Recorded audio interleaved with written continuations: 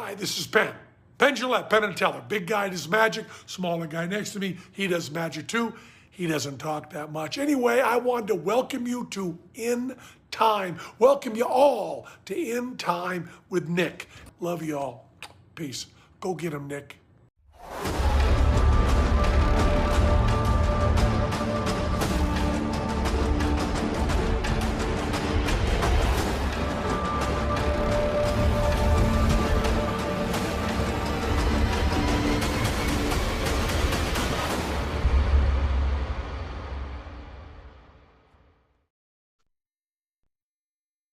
Hello, welcome everyone to the rundown. My name is Nick Suter. Thank you for joining us. We do have Starsky, so let's put him up in front in the center there. Oh, that's how is it that every time you come on, you get double the play? I want to figure out how that keeps happening. I have no doubt somebody's trolling me with this one, and of course there goes my camera. You're garbling again. Am I? Yeah. All right. Let's one problem at a time.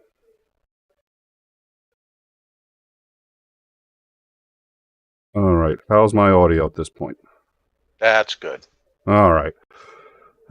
So thank you all for joining us. Just a couple of quick notes before we begin. We are simulcasting to Overtime, our sister channel, and In Time. We're moving all of our non-news content to Overtime, where you do the casual hangs like last night's fireside chat with Commander McMillan. Very, very pleasant conversation. Those will be on Overtime if you're interested in that kind of stuff. The discussions on philosophy, society, all those things, that'll be Overtime. In Time, we'll be doing the news. This kind of interview kind of crosses both. So for now, we're doing them on both channels. But if you can like and subscribe to Overtime, that really helps us out. We're trying to get to 1,000 on that one so we can monetize. Right now, we can only accept super chats on In Time. If you have a comment, we do our best to get to all the comments. If you tag me in the live chat, I will get to them if I can. Super chats are a great way to ensure that I see them, and all of the super chats are donated to the charity of Starsky's choice, and he has chosen the 𝐓𝐢𝐬𝐻 volunteer organization. So any super chats, 100% of them goes to that organization. So again, thank you for joining us. We have with us today Commander Lance McMillan and Operator Starsky. Gentlemen, welcome and thank you for joining us. Thank you. Good evening. And we have Starsky's dog, and we've been trying to book Fooch, but unfortunately he's just too hot a guest. It's just beyond our... So we've been doing our best. So Operator Starsky, why don't you tell us what's been going on in the last week in Ukraine? There were quite a few news, both locally and globally. Locally in Ukraine, Russia continues striking multiple cities and towns. For example, epicenter mall was hit by a Russian cruise missile, I believe, and there's this network of malls called Epicenter. And it's huge. It's probably the size of ordinary Walmart, maybe even bigger. It was completely destroyed in Kherson as a result of this strike. We also know that Russians continue advancing in Donbass, specifically Toretsk and Kurakhivka were shelled. We know that one civilian was killed and 9 were injured. Numerous cities were shelled, as well as in the bordering areas like Kharkiv and Chernihiv. We know that Russians continue striking those towns, those areas, hitting towns and villages located on Ukrainian territory. and striking them with their artillery. There was one update, very, very important one. Yesterday, we learned that European Parliament adopted the resolution that calls to start the process of accepting Ukraine to the European Union, and they call to different organizations and institutions to start this process, which is awesome, and it's amazing. I think there is an opportunity that already this year Ukraine will be probably accepted to the European Union, and basically two main topics that were discussed a lot in Ukrainian society was basically this fashion contest, the Miss Universe, which ended, but still it's a very hot topic in Ukraine, as well as upcoming Olympic Games. So those two are very, let's say, actively discussed in Ukrainian society because of Russian participation, and because Russians, again, using such events to spread their propaganda and share their narratives. And for example, when this Russian representative at the beauty contest wanted to make a selfie with the Ukrainian representative, and she didn't quite understand why she refused, which is obvious in my opinion. And also, Polish Minister of Sports said that there is a coalition in Europe, and not only in Europe, and around 40 countries may boycott the Olympic Games if Russian sportsmen are allowed to participate, which will render those competitions completely useless. And I think they should probably think whether they should invite them or not. In my opinion, the reason why they want to see those Russian sportsmen so much is basically revenue from all the companies that want to advertise their products in Russia, for example, because Russia still has huge market, and sanctions that were placed on Russia, they are targeting mostly their military complex. They're not targeting their civilians. That's why basically a lot of companies still produce or sell their goods in Russia, and that's the reason. Because if we compare what they say about Russians and Belarusians, and what the International Olympic Committee says about it, is that they don't want to discriminate people only because of their passport. At the same time, 3 years ago, Afghani representatives were banned because Taliban violates women's rights in Afghanistan. That's why they were banned from participating in Olympic Games. And the difference is very clear, because you don't sell much stuff to Afghanistan, right? There's not a very big market, and I doubt that there's even an opportunity of negotiating some kind of export or import with like Taliban, right? While Russia still has a huge market, and a lot of Western companies as well work there. Same with Iran, by the way, because even though Iran was presented as the biggest boogeyman in the world before Russia, still a lot of companies sell their goods in Iran, like Coca-Cola, for example. Coca-Cola left Russian market, but they are still present in Iranian market. And recently, we learned that Russians drink Iranian Coca-Cola. So Iran exports their Coca, like re-exports their Coca-Cola to Russia. So basically, money don't stink, as we all know, and that's the reason why Olympic Committee wants to see Russian sportsmen so much, as well as Belarusian, of course. All right. Well, thank you, Operator Starsky. Let me ask a couple of questions. I know Commander McMillan's going to have some questions, but I want to ask both of you gentlemen a question about the EU. I have two questions about the EU, but let's start with Ukraine's relationship to the EU.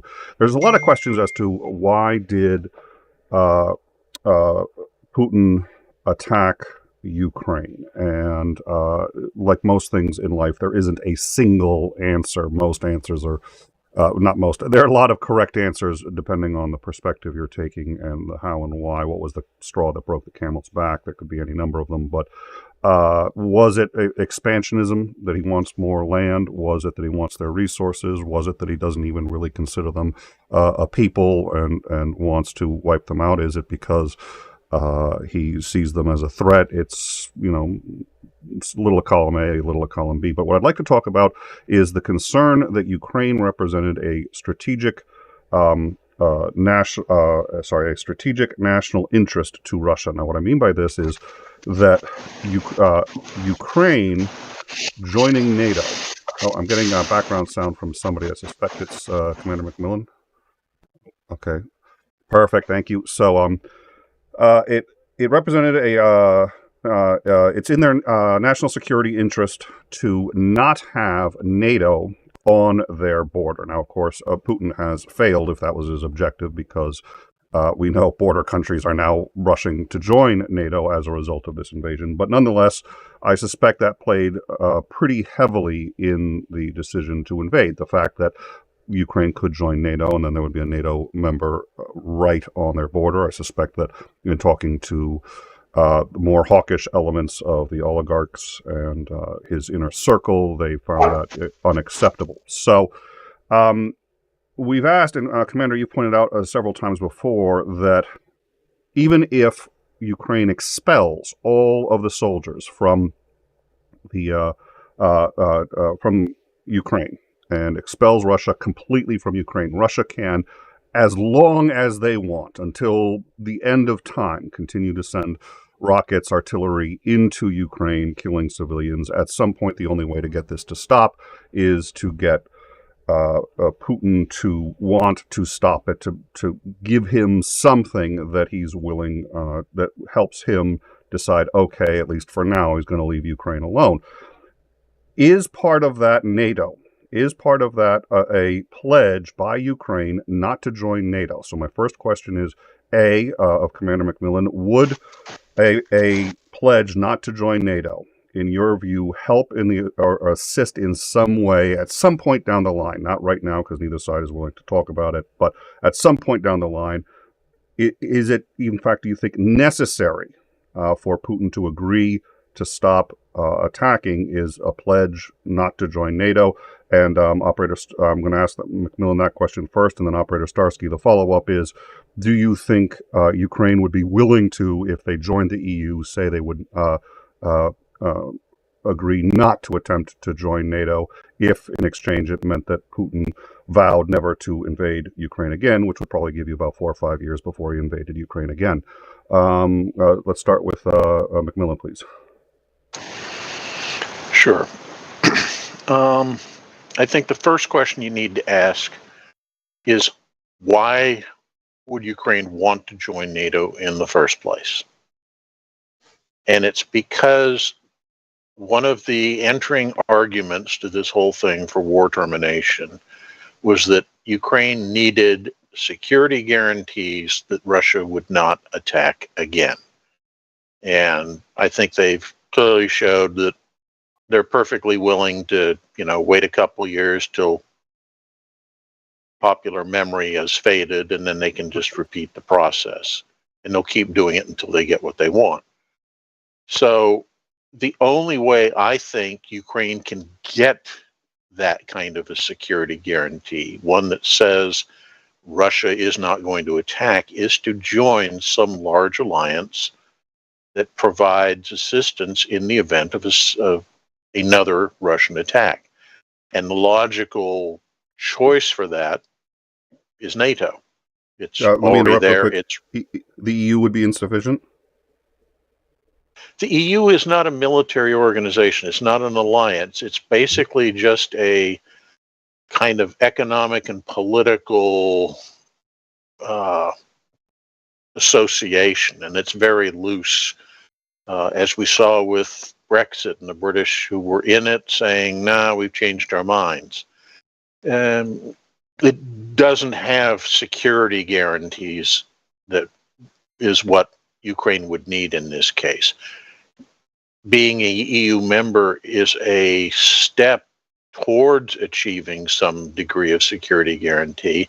I think it's fair to say that NATO members would be much more likely to say, yeah, we'll move to protect somebody who's a member of both the EU and the NATO alliance, rather than, oh, they're just part of NATO. So it benefits Ukraine a great deal to be part of the EU. But to say that the EU is a security guarantor, I think, is an inaccurate statement. And I did cut you off. Was there something else you wanted to elucidate on, or no? All right. No, I think that's good enough. And your views, Operator Starsky? I completely agree on that. EU is not a military organization, even though we used to joke that Ukraine will become its sort of combat wing of EU. But yeah, we need a larger military alliance, and the only option is NATO, of course.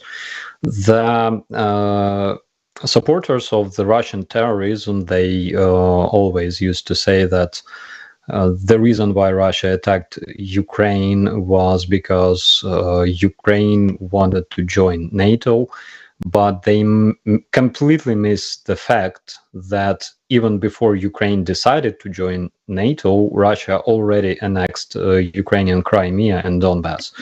The reason why they attacked Ukraine was not because Ukraine was gonna join NATO. Ukraine was ruled by pro-Russian governments, corrupted pro-Russian leaders and oligarchs for decades. Nobody even thought about joining NATO.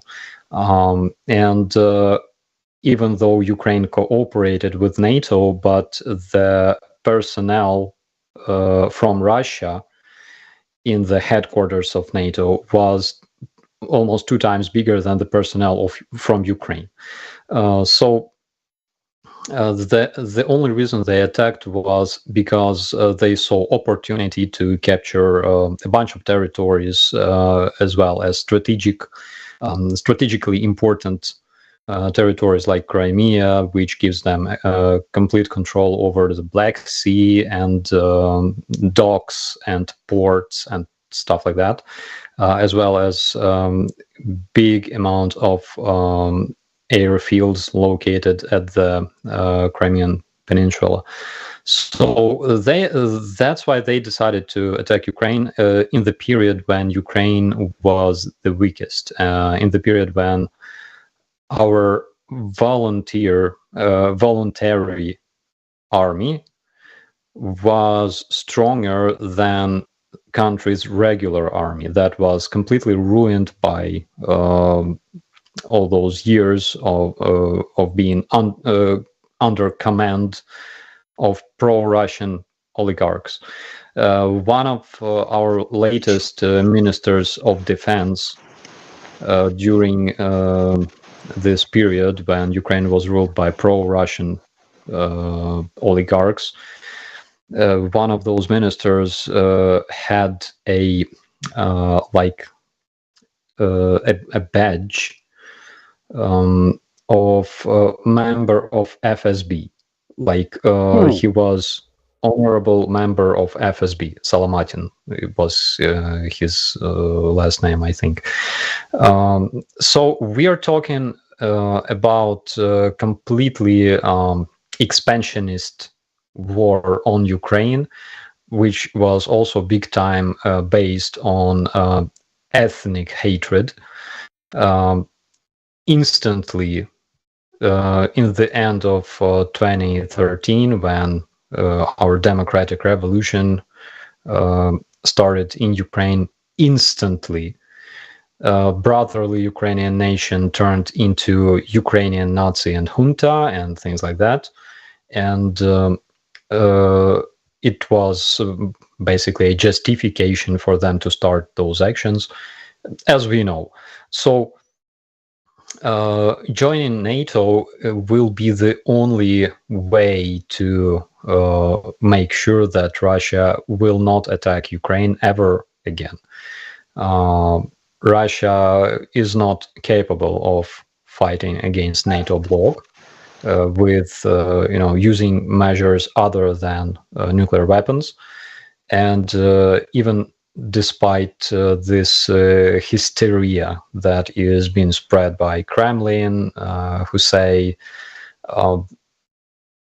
we don't care. If you bring tanks, we will deploy our nukes and kill everybody. And if we cannot have Ukraine, we will kill everybody and die ourselves, which is completely insane. And of course, they're bluffing because that's what Kremlin likes doing all the time.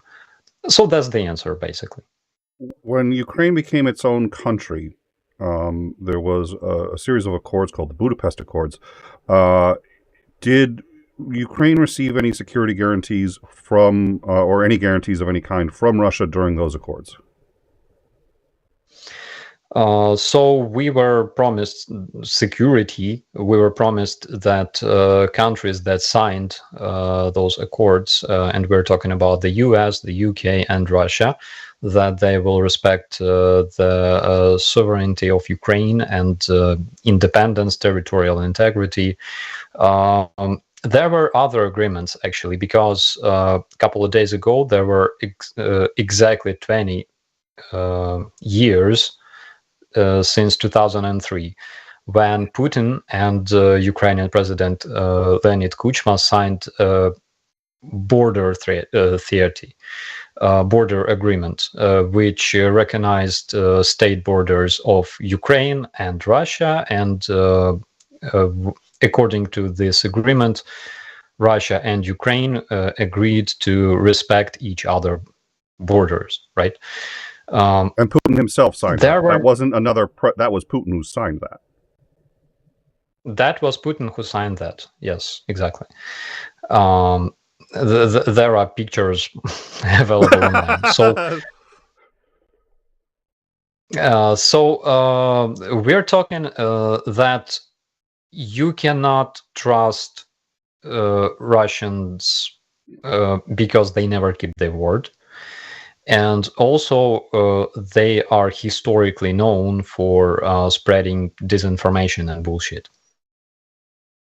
All right. And then my last question before I pass this off to, actually, no, I'm going to save that question. So, Commander, did you have any questions or things that you wanted to discuss?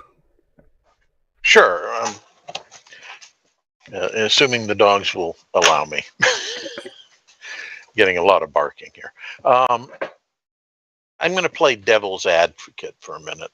I think the key crossing of the Rubicon here is when you had the Revolution of Dignity and the pro-Russian camp was ejected from Ukraine.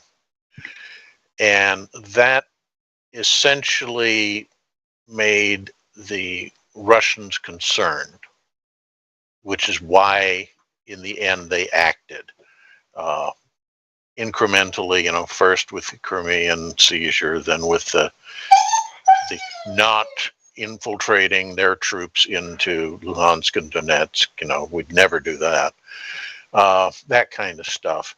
But it's because they're willing to allow a former member of the USSR to become a tributary state, which is nominally independent. But the idea of a country being actually independent, being in a position where it wants to pursue its own national objectives, where it wants to align with some elements of the world that are not part of the organization that's under Russian control, that scares them. It makes them nervous. And I'm sorry. And it is a situation that they can't tolerate. That's why they felt they needed to act. I think it's BS, of course, but from their mindset, that's what they're thinking.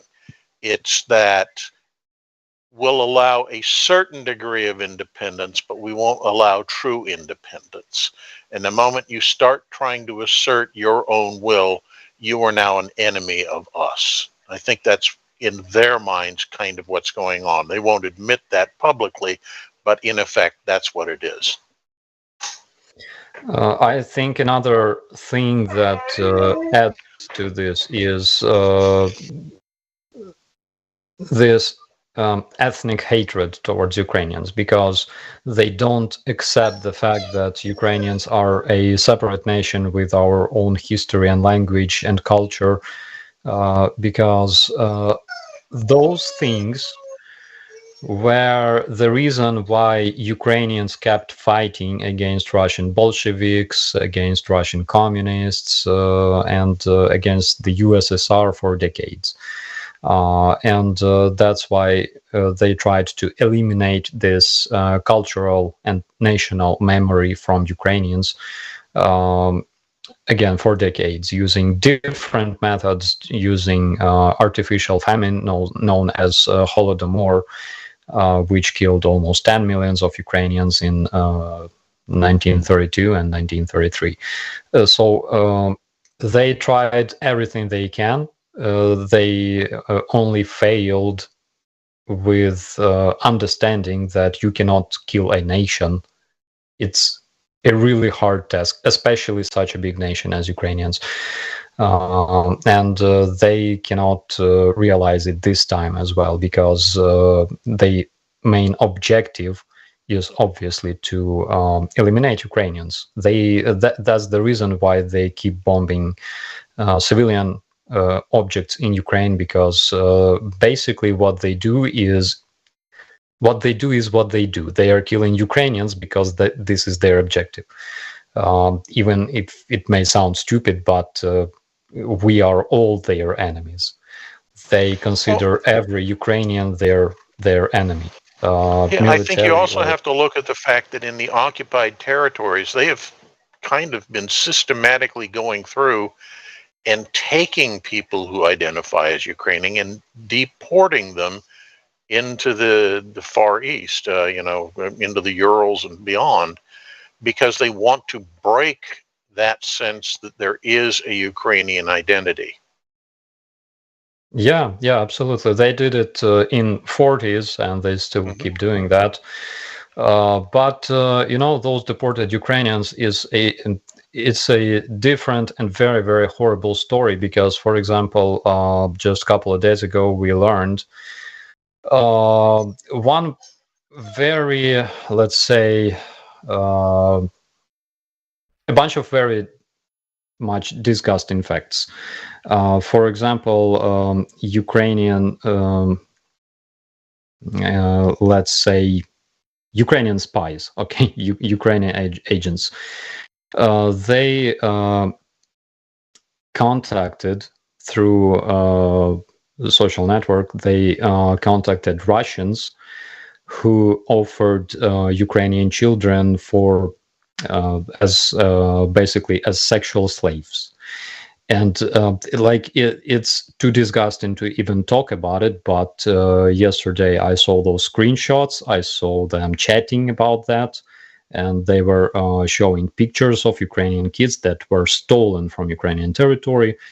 And we're talking about like kids like 5 years old and things like that, which in my eyes,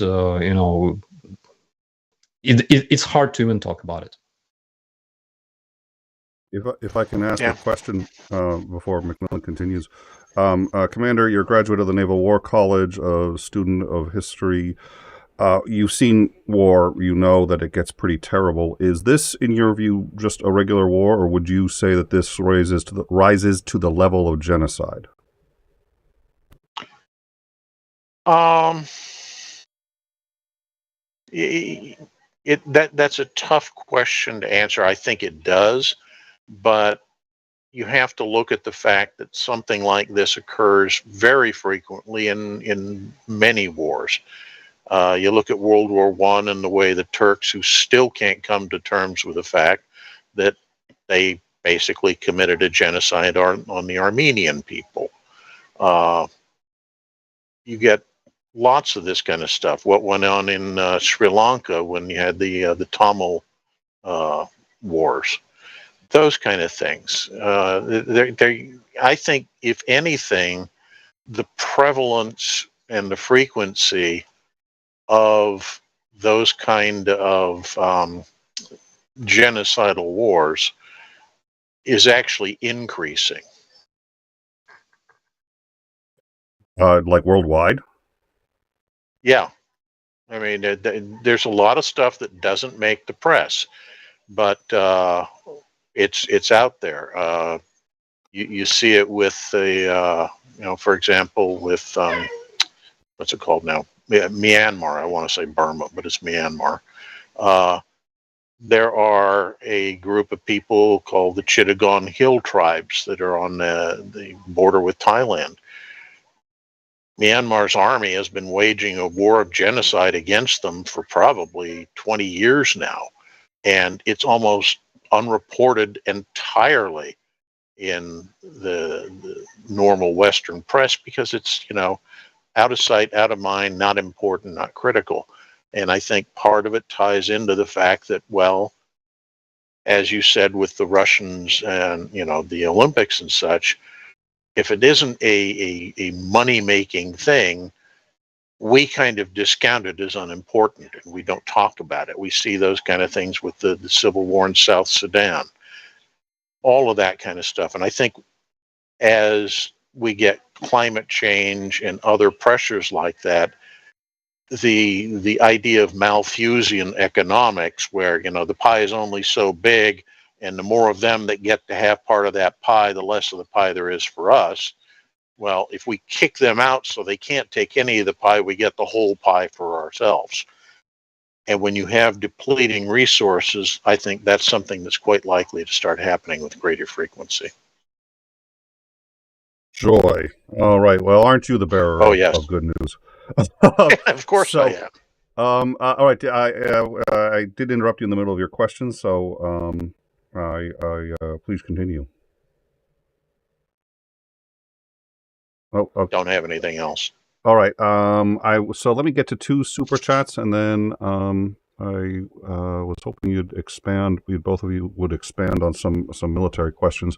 So we have 500 Danish krone from More Mule. And I think that was just was that a super sticker? There wasn't a question associated with that, but thank you very much for that. We really appreciate your support. It takes a lot of work to get shows like this off the ground. So thank you, and we appreciate it. That's going to be going to charity, but support is always much appreciated. Gaming with Robin, who also has super chatted frequently. Thank you. I'm going to get this one right. It's not pounds, it's euro. €6. Question for all. We've seen a ton of evidence of the Russian war crimes. Do you think anyway this ends up between in the ICC or the Hague? I hope, but doubt it. Operator Starsky? We can only hope that it happens, and of course we can do everything we can to make it happen. But we already know that such trials are being created by the European Council, by the European institutions, by all those countries who expect to see Russian war criminals, as well as Putin, as well as Lukashenko, facing justice. So we all hope that it will happen one way or another. And if it won't, karma still works, and karma can find people very, very far away. Yeah, I think it's important to remind folks that the International Court in The Hague does not have an enforcement arm, so they can't send the cops out to arrest somebody who's committed alleged crimes. Their country needs to turn them over to The Hague voluntarily, and that isn't going to happen unless you have a major change of government. I wonder what happens if we actually call police. I'd like to report a crime. Yeah. Because jokes aside, it's exactly the story that happened in Donetsk, I believe 2014. They called policemen and they said, I want to report shooting. And police was like, okay, we're listening. And they're like, so there's like one tank and a bunch of Kadyrovite Chechens. And police is like, call army, okay? But it actually happened. Yeah, well, I mean, the flip side is there were charges leveled at members of the Bush administration there, where they wanted them turned over to The Hague for a trial. And of course, because the U.S. is not a signature to that particular treaty, we know it's never going to happen. I believe Russia also is not a signatory to that treaty. So I think it's dubious that will ever happen, unfortunately. Russia is not a member of the International Criminal Court, neither is the U.S. With Russia not being a member, unless Putin leaves and lands in a member state that's willing to arrest him, you can't get Putin. The same is true of the others. The others are more likely to leave and think that they can maybe get away with not getting caught, and hopefully they can be arrested. Yeah. But and they won't try anyone in absentia. So until you find a way to arrest them, which is it's frustrating, but it is what it is. It's progress towards that kind of thing is slow. I was speaking of. Well, I think did The Hague want Kissinger too? Was he one of the ones that I don't remember? It wouldn't shock me. I don't recall Kissinger being on there. So he might be. There are two other. So there have been two military developments. First is a report that the U.S. is going to be sending a new missile with a range of 93 miles. I'm curious to know why it's 93 and not 94 or 92, but at any rate, presumably it's got 93 miles. And is that going to be particularly productive or helpful? We've talked about the Patriot missile systems and how they can and how and why they're helpful, but also how and when they may not be as helpful as we'd hope. So are these missiles going to be helpful? And then the other thing I want to talk about is the Russians are presumably only Russia. They're losing the war, so they've decided they're going to downgrade the armor on their tanks. Why are they doing that, and what's the net effect of that going to be? So those are my two questions for either gentleman. Well, the missile in question is the 𝐒𝐬𝐜𝐿, or the Ground Launch Small Diameter Bomb. It's technically not a missile. It is a rocket-launched glide bomb. It has a 93-mile range, or that's the advertised. Typically, such things go further than the stated distance. Oops. Are we boring Did you, we lose Commander? him? Oh. Hello? I heard you yawning. Hello. Oh, Oh, did we lose? Oh, I think we yeah. lost Starsky. No, he's here. No, He's here, I'm but here. his It's camera. just my camera sucks. I will appear again. Okay, no problem. So anyway, the GLD or SDB or whatever I can never remember the damn letters. It does give Ukraine a basically doubles the reach of what they've been doing with the HIMARS system. Mm-hmm. It's fired by the same launcher set. So it will give them a great new capability.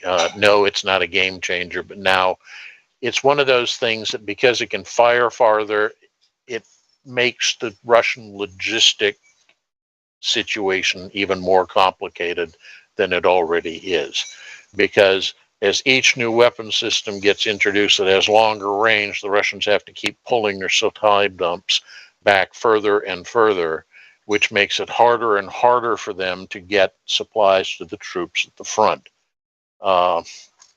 We go back to the opening days with that famous giant convoy of trucks carrying supplies intended to go with the assault column going into Kiev. And if you have something that's that long and exposed trying to supply something, it's easy for the other side to engage it. Well, you've just now doubled the length of that road, and all the vehicles are going to be crowded on it, making it all the more harder for them to do it. So it's a useful new capability, I think is the best way to put it. And I have an answer why it's 93 miles. Because it's not 93 miles, it's 93.2057. And the reason why it's that precise is because it's exactly 150 kilometers. Oh, there you go. Okay, yeah. If I were just a little smarter, I'd have realized it's going to be in metric first. Well, it makes sense because it's actually a joint U.S.-Swedish project. All right, that's okay. That's that. Well done, Starsky. That's clever. See, Starsky's smarter than I am. All right. About the armor. The Russians are reducing the armor in their tanks, and they think this is a good idea. Saves money. Saves money. Well, and presumably, I guess they're trying to make them more maneuverable, especially if the Ukrainians are now going to have tanks that can fire while moving themselves. Maybe you want more maneuverable tanks. So I guess the thinking is they reduce the armor, the tanks can go faster and dodge incoming fire, I guess, or.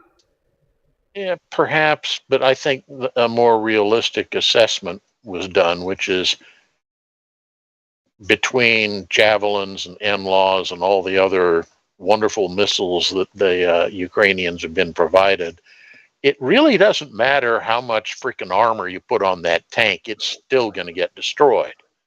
So reducing the amount of armor on it really isn't going to make a difference. Yeah, especially considering the fact that they don't use dynamic protection anymore. We're talking about the dynamic armor. Oh, the ERA. Yeah. So basically, I agree on that. Also, we know a lot of their personnel lost their job because of sanctions and stuff, and this is a good Russian economy. Yeah. In your view, Starsky, are the sanctions helping at all?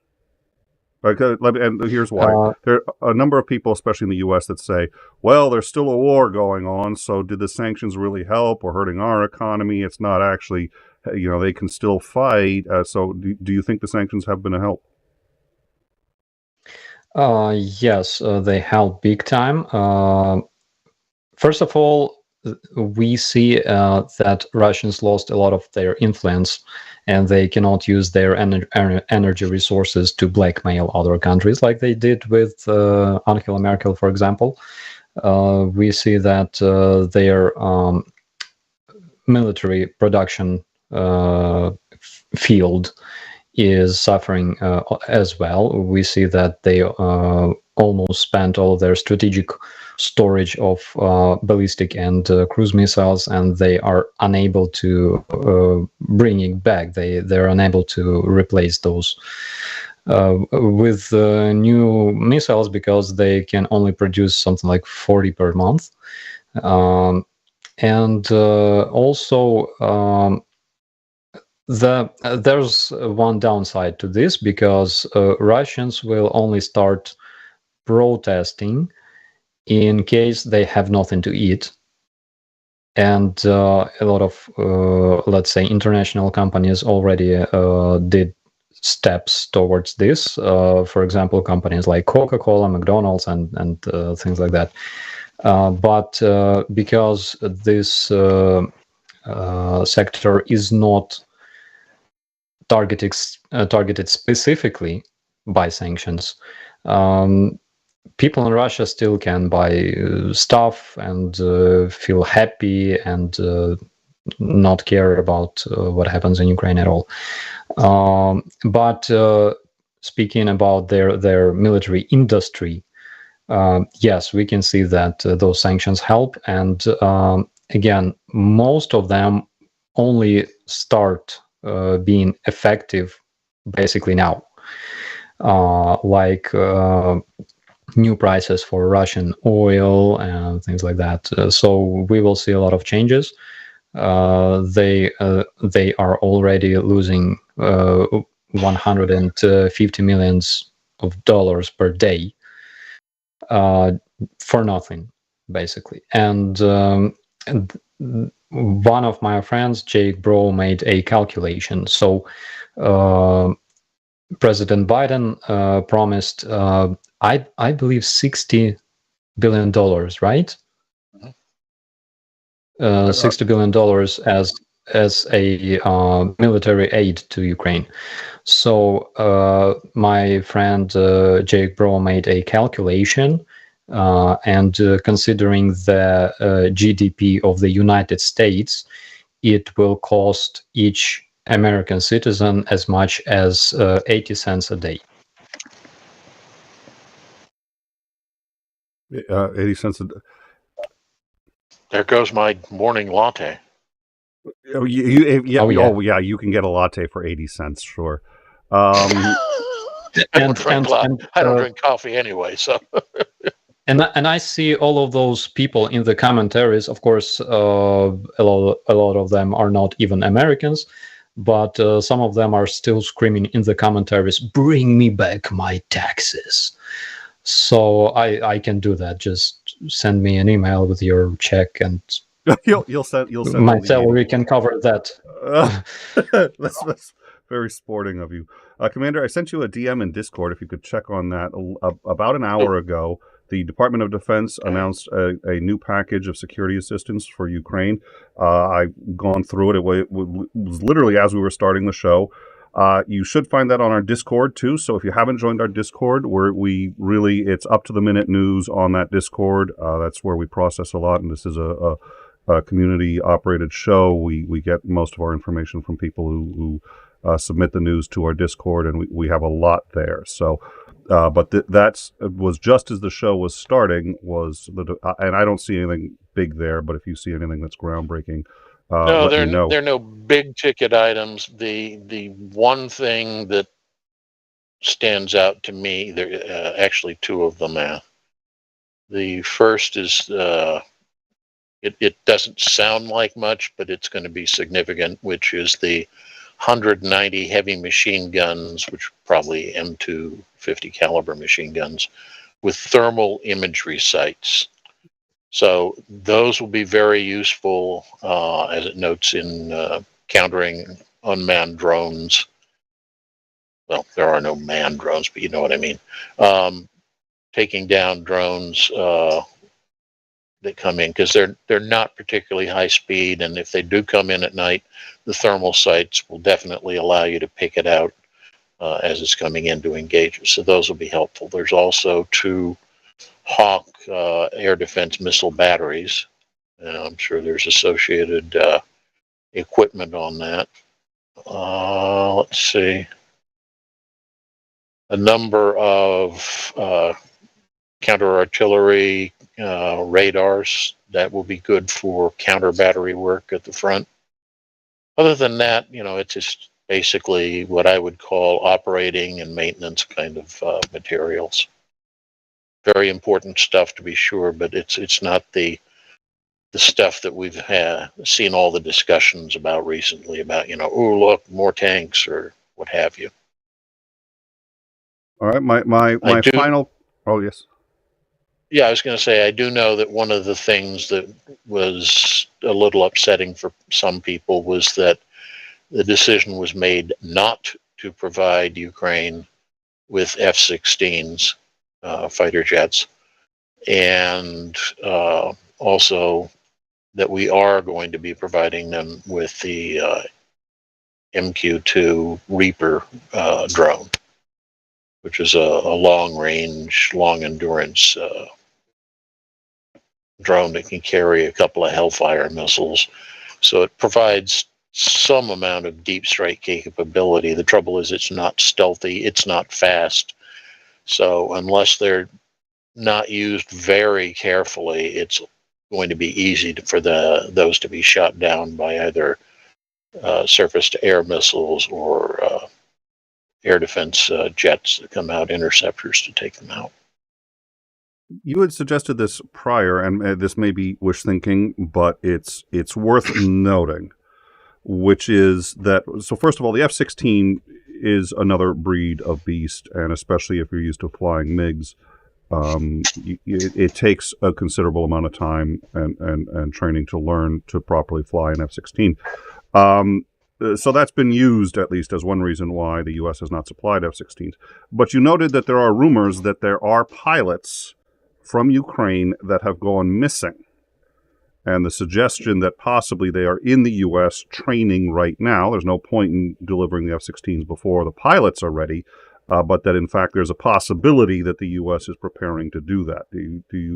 You've heard these rumors. In fact, you're the one who brought them up. So do you think there's any possibility to those rumors? Do you think it's at least possible? What's the over-under in your mind? No, absolutely. I do think that there's definitely a possibility. I also think there's a possibility that they may have just found some way to start training these guys, and the plan is to continue providing or funding to provide the Ukrainian Air Force with, MiG-29s, that kind of stuff, from former PAC members or from former Soviet client states that had fairly extensive inventories of those aircraft. And maybe you end up giving the F-16s to those people as replacements. I don't know. There's a simpler explanation than that, because recently Ukrainian soldiers were given like 10 days of vacation officially, and probably those guys decided, to have a rest. Just don't tell their wives, please. What happens in Vegas stays in Vegas. What happens in Ukraine stays in Ukraine. What happens in Zhytomyr stays in Zhytomyr. Yeah, there we go. Oh dear Lord! Well, there's another interesting development we're following, and I was going to ask about it, but I think I'll leave it for now. Leaked emails suggest that Kremlin lobbying has offered payments to a number of European politicians to promote pro-Russian policies. This includes in Germany, which Germany was slow until recently replacing their chancellor in assistance. Was that in any way a contributing factor? We don't know. But this is coming. We know that they've been influencing. They've been paying. We know they've been engaged in an influence campaign in Europe.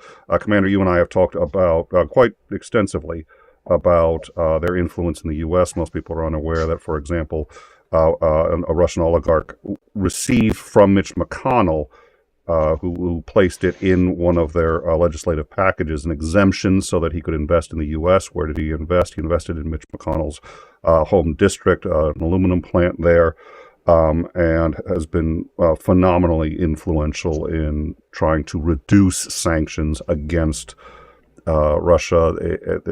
Between that, what was her name? Martina Bustana. She was the Russian spy, infiltrated the NRA. Also pals in the vicinity of Mitch McConnell and a number of other right-wing leaders. So we've seen it in the U.S. No special favors were traded. Yeah. Because the Russians certainly don't. Let's give me a break. I mean, the spies will. Yeah, I think the takeaway is that as badly as the Russian army has been performing, the Russian intelligence services have been performing brilliantly. Thank you. I think that puts it very well. It's extremely concerning, but untangling. We've been working on trying to truly untangle how much they've infiltrated U.S. politics, and it's extensive. And it's been deliberate. It's been deliberate for a very long time. And it includes, by the way, Trump. I mean, we all know about various Trump Tower meetings. We know about, I don't have it queued up right now, but the when Trump's campaign chairman, was asked on live television. So Trump says that he's not taking any money from Russians. Is that true? Well, if that's what he says, I guess.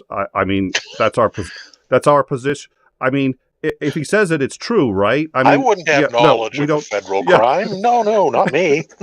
And he stammers over it for like 30 or 40 seconds before he's finally saying, yep, that's our position. I was just like, wow. Tell me you're guilty without saying you're guilty. All right, I think you were going to say something else, and then I want to wrap it up. Yeah. Yeah, you talked a lot about, Russian influence in the U.S. I think in some ways it's probably worse in Europe. Yeah, I wouldn't say so, because recently there was a huge investigation performed by OCCRP and IRPI and Profil and other media, that journalists received an access to the emails that were sent to different politicians in Europe by different Russian lobbyists. So, for example, there is such Russian so-called media technologist, PR specialist, basically, Sargis Mizarkhanyan, and he was assistant and basically PR assistant for different Russian politicians and members of Russian parliament. And his email was hacked by hackers in 2016 and 2017. So all of that mail became public, basically. So it's known that he was mailing different politicians in Latvia, Greece. He had communication with Parliamentary Assembly of the European Council, and there were different projects regarding removing sanctions against Russia. We know that he also talked to different representatives of the political rightists, right wings in Italy. For example, Paolo Tosato from Italian League of North party or movement, Johannes Hubner from Austrian Party of Freedom, and they all discussed new projects, new legislation, and new resolutions regarding removing sanctions from Russia. And interesting fact was that each project was offered a budget of around 20,000 euro, and around 15,000 euro were offered if that those projects be successful. And there's a lot of interesting things. I think if you want to find out more about it, you can find it online. It's now made public. The OCCRP, Oscar Charlie Charlie Romeo Papa. Check it out on occrp.org, and you can find the details of that investigation on their resource. Well, Okay, perfect. so We'll get that on our Discord. We'll get that on our Discord right after the show. Yes, Kinder. no, I wanted to clarify because it sounded like with your opening statement where you were saying that the Russians were not trying to do anything in Europe, and then now it sounds from what you just described that they are. Or was your position that they were less successful? Oh, okay, I see what you're saying. Okay, got it. We know that Russians spent almost $300 million, again, because they have pipe, right? They have money that they can spend on anything except wealth of their own people. So they spent 300 yeah. They don't need to eat. So $300 million were spent basically to buy loyalty of American and European politicians and opinion makers in general. And there will be so many names that we will learn very, very soon, because a lot of their communications were, again, hacked and made public, and there's still a lot of investigations ongoing. And we will learn a lot of interesting information soon, very, very soon. Okay. Right, well, tomorrow, you are going to be on, and I think Dick, myself, are going to be on a panel with you on 𝐒𝐤𝐿𝐴𝐻. Is that right? I guess so. Okay, so that's 𝐒𝐤𝐿𝐴𝐻 tomorrow, 1 p.m. Eastern, and then after that, you have a full dance card. After that, you're going to be on the shills at 3 p.m. Eastern, right? Is that? I think that's right. I guess I'm just being very skeptical about everything. So, yeah, well, yeah, you have internet issues, and you also don't necessarily know the time zones because it's. But at least you're scheduled, so we'll look forward to that. With any luck, I'll see you on both of those. That should be a lot of fun. We'll drop a link to both 𝐒𝐤𝐿𝐴𝐻 and the shills on. We'll drop that here. I don't think that's in the description. I'll update the description to include those. If you're joining us, I hope you enjoyed our discussion with Operator Starsky. He will be back next week, every week, to update us on Ukraine. This channel, listen, if you want to help out, the super chats are always a big help. You can become a patron and help this channel. We really appreciate your support. The other thing you can do, if you like the content, share it with a friend. Your friend gets the benefit of it, and it really helps us out, and it doesn't cost a thing. Like, subscribe, these things as well. The reason you hear this from every YouTuber isn't for our health. It actually really does help. So hit that like button, subscribe to the channel. You'll see a link there to Overtime. That's our sister channel, and it's free. If you go over there, subscribe, that helps us out as well. So if you like the content, give us a hand. It helps us to bring more content and even better content as we're looking for more guests. Next week, we're going to be interviewing the founder of the Memorial for International. It's the oh dear Lord, what was it? It was the foreign who? You know what? I should look this up. It was the Foreign Defense International Legion for the defense of Ukraine. So this organization works with foreigners who are volunteering to fight in Ukraine. They're volunteering for frontline service. They don't work with people who are there are plenty of volunteers, and there's a lot of volunteering that needs to be done. There's volunteering at hospitals. There's people who are volunteering to do all kinds of great work in Ukraine. This organization works with people who are volunteering. They're Americans, they're Portuguese, they're from Brazil, from all over the world, who are foreigners who are coming to Ukraine to fight on the front lines. We will be interviewing Maurice. He is the founder of this organization. They work with logistics. They work on getting these fighters trained, and they have a memorial for those. They have specifically a in memoriam page that monitors fighters who have sacrificed for Ukraine, foreign fighters. So we will be discussing, what motivates people to do this, how they train these fighters, how these fighters operate in Ukraine, sometimes with language barriers. And it's going to be a great discussion. We're going to be having that next week. Like, subscribe, share. If you have hit that bell and get the notifications, you are all set. You should know. You should know if YouTube does its job.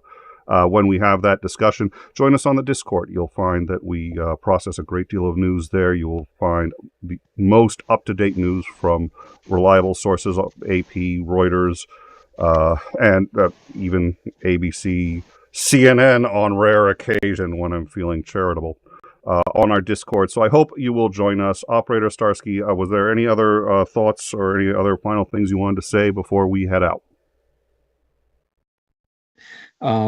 We should prepare for a big upcoming action in February, probably end of this month.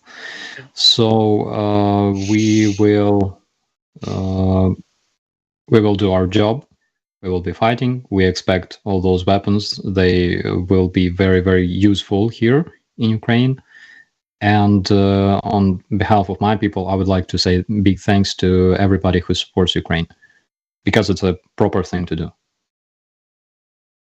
I will confess, I did a pre-interview with Mars about the Foreign Legion, and he was talking about these fighters who are volunteering to go to the front lines. And after we're done, he said, well, thank you for agreeing to have me on your show and for profiling these people. And it's always a difficult thing. I believe very strongly that the Ukrainian fighters represent the best of us, and that it's an important cause. And I am privileged to have a platform where we can talk about this and talk about it honestly, because I believe the more seriously we take this, the easier it is for people to make informed decisions. And one of the informed decisions I think that should be made is to support Ukraine with money and weapons, and that the U.S. is investing in its own future, but also in the future of very worthy causes when it invests. So I'm thrilled and privileged to be able to do this. But when I get thank yous from people who fight on the front lines, it's always you're welcome, I guess. I'm sitting in this very nice office, which is as Starsky will tell you, this is real. This is not a set, or I mean, it's a set, but this isn't a green screen. This is all real. He's seen me go back there. So it is a privilege to do the very little I can to help Starsky. Thank you for coming on and helping me to do that. We do have one more. We've got a Mr.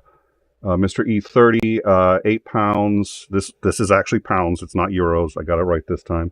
$8.99 in a super sticker. Thank you so much for your support. Anyways, it is my pleasure to be able to do what I can to help.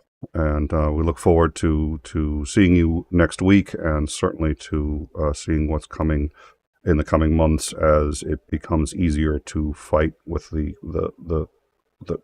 the conditions of the ground, which you've both explained repeatedly. Thank you, gentlemen, both very much. Operator Starsky, I will see you tomorrow, 1 p.m. Eastern, on the on 𝐒𝐤𝐿𝐴, and I suspect I will see both of you on the shills with any luck at 3 p.m. Eastern. So it's going to be a long day. Thank you both for joining us. Thank you so much. My pleasure.